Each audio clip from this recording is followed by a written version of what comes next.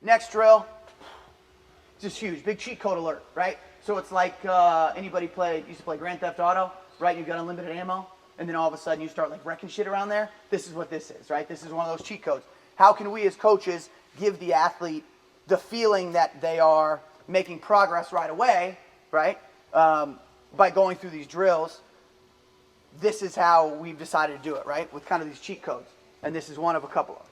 All right? Single leg falling forward start with an intentional toe drag. All right? So again, these are the positions you'll see athletes doing toe drags, right? We saw this athlete in the middle accelerate. He didn't drag his toe on the ground, but he was, low enough to where you could say that's probably, a drill that he's done in the past. And then we can do it here with the sled as well. So we'll see what this looks like. Here's Mac doing this months ago. All right. Toe drag, shin stay low. Toe drag, shin stay low. He stays in that leaning over position. All right. So here we had trouble taking the toe drag from that single leg fall. So we just kind of propped him up with a sled. And he felt way better just drilling these drag positions, right, with the sled. Now his parents probably didn't enjoy that if he had to get new shoes anytime after that. But we understand kind of the idea. Right? So he now knows where his head's going to be, where his feet are going to be, and what his lower body should feel like when he's doing those toe drags. All right? So we take it here to an unintentional toe drag, right? So we've done toe drag drills. Then we have athletes get into three-point stances and accelerate out of a three-point stance. And it just so happens that some of them move very fast with an unintentional toe drag there in the back leg. All right? We all caught that?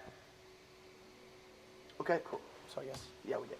All right, drills, pop-up start, stagger stance, right? So this is, again, coming from bottom to the top, right, just like we're on the wall. You'll see here, too, so look at Cannon here on the bottom right corner, right? We've seen that these stagger stance starts give us better ability to come out of a 40 start, right, or to come out of blocks, because the athlete will naturally make this position kind of the most comfortable position for them to accelerate, right? Does that make sense? So instead of setting up blocks, instead of having them start nice and tall, kind of the old ways that we would cue and coach starting 40s, we get them down to start here. They're going to figure out the most efficient way to be able to pop up and come out of there. See James's back legs a little further back. Cannon's a little closer. All right, we've got our athletes here starting in the kind of that both knee parallel stagger start stance. And then here, because we didn't have cleats on, we threw a T-bow board behind him, so it made him a little easier for him to pop up and out of it. All right, so you'll see Anthony do that again. Pop up. Came out. He was not cued to toe drag, but he does a little bit there, right? Because he feels good there. His shins are staying low. His eyes are forward. He's moving forward.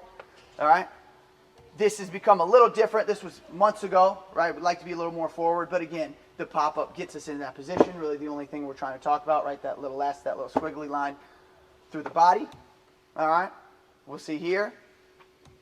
Again, David accelerated, but now in the staggered start. All right, so you'll see how easily he can pop out of it and how efficient he gets into his acceleration here.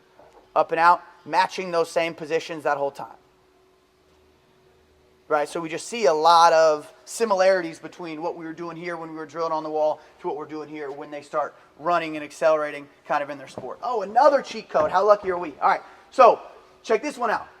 New direction of athletic performance, right? So this doesn't apply directly to the drills we've done, but this applies directly to acceleration. All right, so from this study, and there are a couple of them. This is Oliver, Cronin, Harrison, a new direction to athletic performance. All right, understanding backwards running. All right, so what they found in this study was backwards running groups improved sprint speed 33% more and vertical jump 4 times more than forward running groups. So they basically took, it was something like, I don't know the numbers out here, 600 something athletes, right, where they trained them over a 6-week period. During those 6 weeks, half the athletes trained basic linear speed, forward speed the whole time, and then we had, over that same amount of time, the other half of the athletes trained just backwards, right? So they only sprinted backwards, like top speed backwards, back pedal drills, but did a lot of full speed backwards running. All right, so what this is telling us that it indicates how much backwards running muscles are neglected in training. All right, so everybody sprinted forward their entire life. Very few people have gotten probably miles worth of training backwards. Maybe you would argue NFL defensive backs, right? Guys who've been backpedaling their entire life. Maybe they've got a decent amount of training backwards, but not a lot of people have spent, if any, have spent half as much time, a third of the amount of time, right, running backwards they have forward. So 669% more money is spent by exercise science studying acceleration over deceleration, right, even though the majority of injuries occurred during decelerating, right? So that just tells you, again, where we're doing all these studies on going forward, not a lot of people are doing studies going backwards, but that's where we're getting injured, right? You're only as strong as your weakest link. And so the conclusion we get from this, that if you can't run at X amount of effort backwards, right, again, according to this study, you don't deserve to run at that amount of effort forwards, because that's telling us we are that much more likely to get hurt, right? If we can't run 50% backwards, we have no business running 50% forward, because we are likely to get hurt there, right?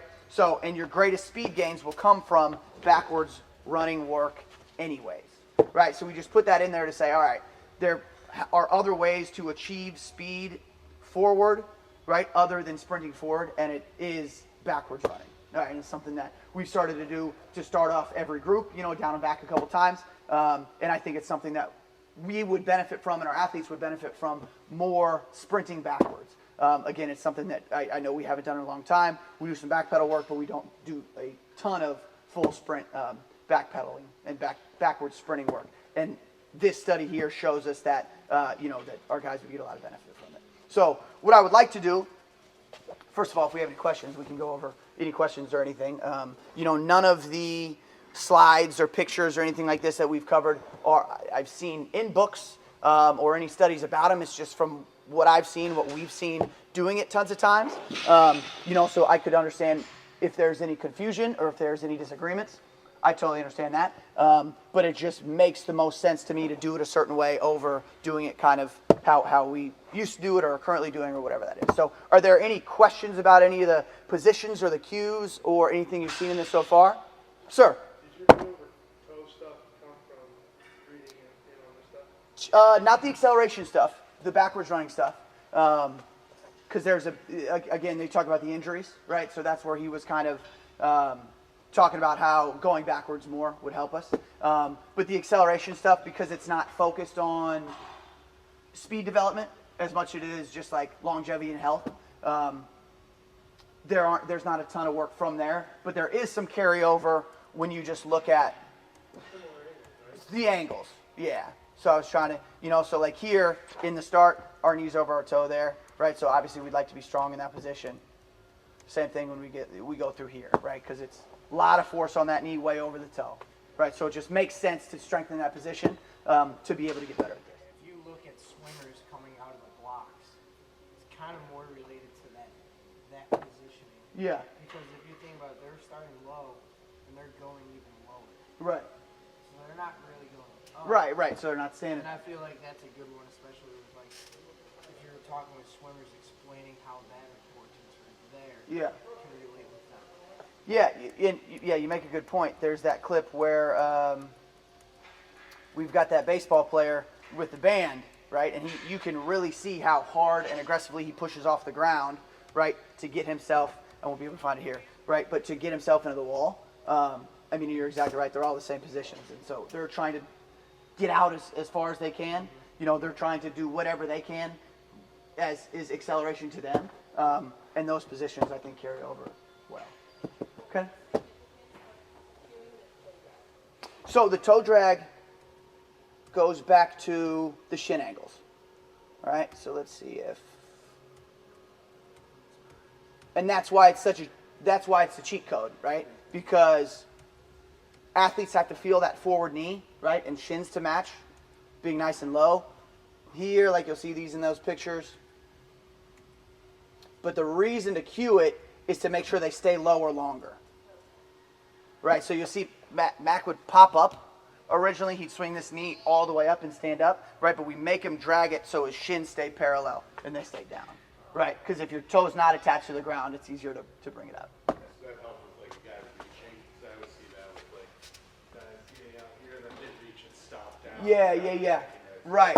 Another good point. I think one term that I use a lot now is I call it like low heel recovery, right? And I say toe drag because an athlete gets that instead of, hey, you need to recover with your heel low through your first 2 steps in 40. Like, or I could just say, Right. drag your toe on these 2 Right. So Yeah. I think the low heel recovery is the outcome that we have desired. starting acceleration. There's no bad examples in that. And if you saw, I can show you a couple bad examples of what it looks like when they go heel to butt instead of toe drag, which is what we're trying to cue out of them. Yeah. Trying to stay in that forward knee position, right, where the shins are low, as opposed to bringing the knee up, cycling real long. Yeah. The first one, when would you progress them from like the parallel knee to stagger knee? Yeah, so good question. So we started just doing the parallel starts for a while until they kind of got boring. Until we saw, and there are a couple athletes in there who made it look pretty elite and they got pretty comfortable there. That's when we introduced the stagger start. We would do it probably a little earlier with guys who are coming out of blocks like sprinters or football players because again, we noticed that just doing it consistently, you got much more comfortable coming out from that 40 stance. Just taking those reps there. And the second one too is, so tell me, should I feel personally attacked by your hatred of my picture? No, and I think that goes back to the first slide, right? It's like everything's evolving all the time, right? And you probably are still getting paid. You probably still have residuals from that. You know what I mean? So it's like, yeah, I mean, so you can use all the old clips that you want of me if I'm still getting paid for it. So no, yeah. And yeah, I'll get your Venmo after this. And that came from, again, like it was just consistently that position over and over and over again. And then I'd watch athletes and we would as coaches watch athletes accelerate and I never saw them get in that position. So you just look so good on it. That's why I was going to use yours. Yeah, that's it. Yeah, props to you. Do you guys remember Logan Hubert? Yeah. So like I would use him as an example of someone who like fucking crushed the form that like we taught him, and then like he didn't get any speed gains in the last year of his training with us. And like my answer to him when he was asked was always like, well, we just need to get stronger legs, dude. Right. That's all. You're technically sound, right? But then after we started doing this, by the time he already left, I was like, oh fuck, he's gonna help us. Right. And that's it. And that's why we want to introduce this stuff because it just gives us, first of all, it just gave me more confidence to be able to teach somebody who's really fucking fast how to get even faster, right? When originally I'd say, all right, sit on the wall, 1, 2, 3 count. All right, now I don't have a clue what to do. You know what I mean? Just because they haven't done this. I'll guarantee you they haven't done this because we've worked with a lot of athletes who've never seen anything like this before, right? So just being able to give athletes kind of different stimuli, right, and give them different positions to have to work on helps them out and like drives them to try to be better and figure that out and be as elite with this stuff as they are with the other stuff. So that's how it kind of happened. But it's just getting to the point where, again, we're seeing a lot more carryover between these positions and what we're doing with this stuff as opposed to kind of the old stuff that we've been doing. I would like to, if we still have time, take maybe 10 minutes where we can get over there onto the wall, talk through it, feel those positions on the wall. We'll go top down, we'll go bottom up, and then we can do some pop-up starts and get y'all out of here if everybody's free to do that. Cool?